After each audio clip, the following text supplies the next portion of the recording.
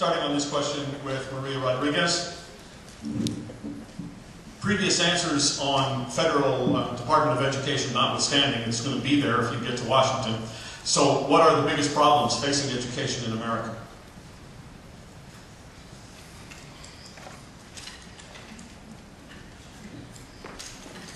Facing education in America, I would say differ from town to town, from city to city. I think the biggest problems facing education are how to fund it and what to do with teachers and the teachers' unions. Yeah.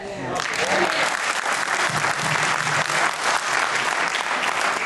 think we need to go back to ultimately, is the system that's in place right now educating our children so that they are the best and the brightest in the world? If it is not, then that is what has to be addressed at the local level.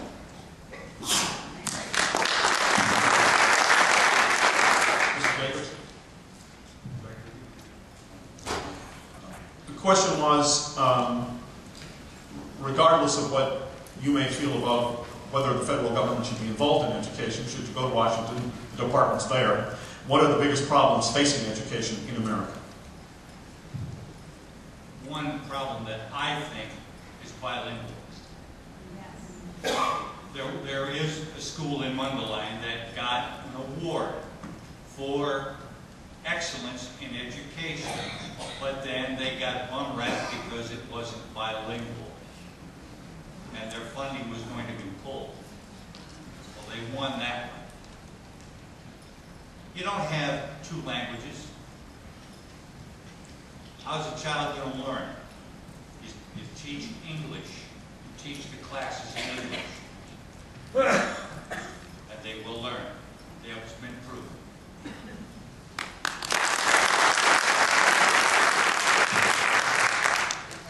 Some of the issues that come to my mind relative to the challenges of education.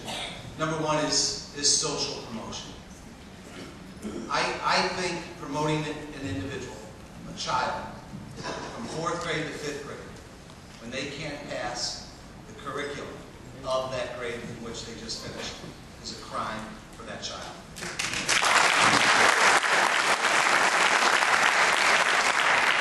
Second, I've met many good teachers. Many good teachers that have taught my children, that have taught me over the years. But I believe we need to take a look at results for the teachers. Tenure has to be balanced with what are the results that the teacher is driving in the development of those children.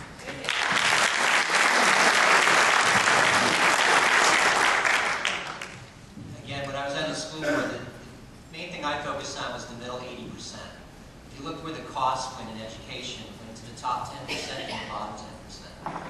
And that's what it's a repeating theme here. Whenever the federal government gets involved, you play towards the middle, and the middle's an average then. And you spend all your money on the ends. One of the things we have to do when we go to Washington is make very tough decisions. Our country's broke. We can't afford the education system we have right now. So what do? We can't throw more money at it because we have no more money to throw at it. So we've got to make some tough decisions. Here's one of the tough decisions. We have the people on the 10%.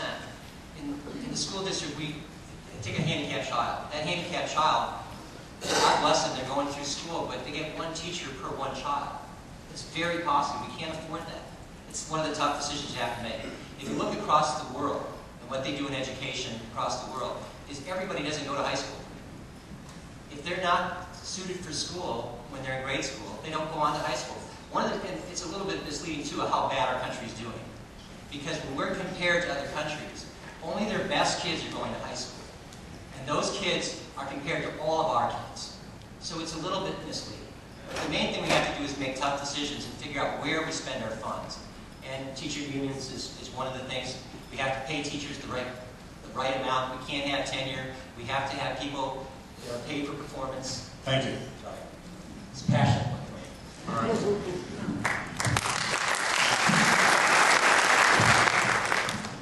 I don't know if Maria meant to say that one of the biggest problems in education is lack of funding. And John, if we had a lot of money to throw at education, I still wouldn't throw it at education.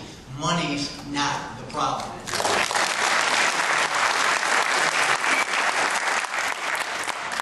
I've had the pleasure of doing hand-to-hand combat with the biggest problem in education, that's the teachers' unions.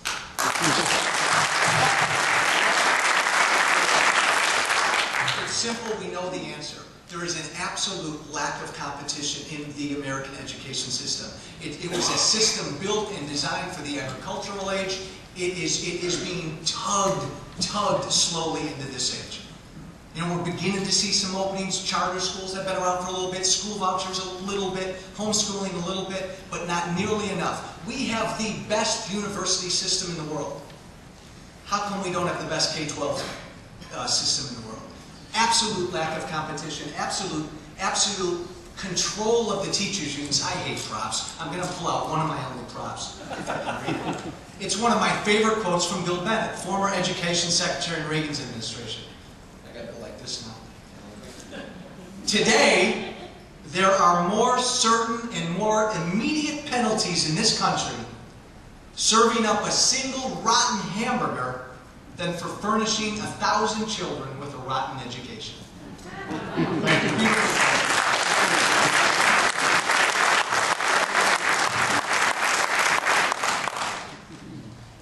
I'm going to take a moment and I think disagree with everybody out here. The thing with education is back to parents and choices and the community. We've got to enable parents to make the best choices for their kids. The options are out there. We've got to get them to those options because parents are the ones who are ultimately in the position of deciding the best educational opportunity for their kids because they know them better than anybody else. They know their capabilities. They know if they're better in a homeschool situation or a public school situation. We've got to get parents and the communities back in charge of their kids' education.